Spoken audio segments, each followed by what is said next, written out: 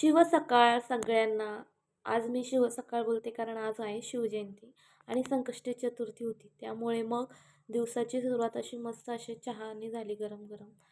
मग ह्यांच्यासाठी टिफिनसाठी आज फ्लावर बटाट्याची भाजी आणि चपाती बनवली होती. त्यानंतर मी गेले होते, वैष्णवी आली होती मला बोलवाय तिच्या संगे कपडे धुण्यासाठी. त्यानंतर मग आल्यानंतर तिकडनं करंद उकडली होती आणि एक वाटी दही खाल्लं कारण उपवास होता. दुपारी आज शिवजयंतीनिमित्त गावात सगळ्यांसाठी जेवण होतं. त्यामुळे दुपारचा स्वयंपाक करायचा नव्हता.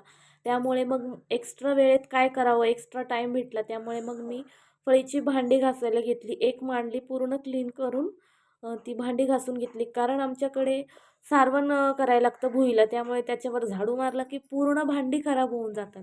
त्यामुळे मग तर त्या वेळेत मग मिळालेल्या वेळेत मी भांडी क्लीन करायचं ठरवलं आणि भांडी क्लीन करून घेतली. पण न्यूजपेपर नसल्यामुळे मग ती भांडी मी तसंच सुकत ठेवली आणि मग संध्याकाळी यांना न्यूजपेपर घेऊन यायला सांगितलं.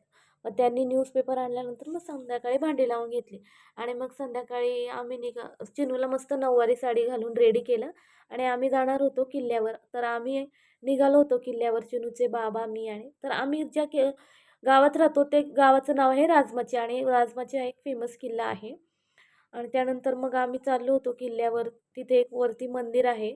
त्या मंदिरात मग आम्ही शिवरायांची आरती वगैरे केली आणि मग मी ज्योत घेतली होती हातात. मग आम्ही संध्याकाळी खाली आलो, किल्ल्यावरून खाली आलो. मग खाली गावात चौकात आम्ही तिथे एक शिवरायांची मूर्ती हे केली होती. मग त्याचे पण पूजन केले.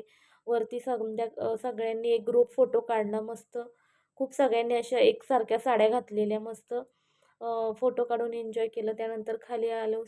त्यानंतर पूजा केली तिथल्या शिवरायांच्या मूर्तीची आणि मस्त बायकांनी असा डान्स वगैरे केला.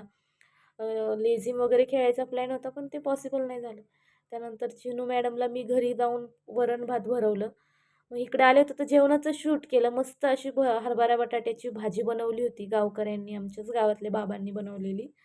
सगळं असं मिळून गावाकडे असं जेवण करतात. मला तर हे इतकं खूप आवडतं हे जेवण, खूप म्हणजे खूप. मस्त अशा शेवग्याच्या शेंगा घालून असं जाडसर असं वरण केलं होतं आंबट गोड. इतकं छान लागत होतं ना. त्यानंतर मग अजून काय होतं मेनूमध्ये, तर होता मिरचीचा ठेचा आंबट गोड. इतकं मस्त लागत होता ना तो. आणि त्यानंतर मग अजून काहीतरी होतं मेनूमध्ये, अजून स्वीटमध्ये होती कळी म्हणजेच बुंदी.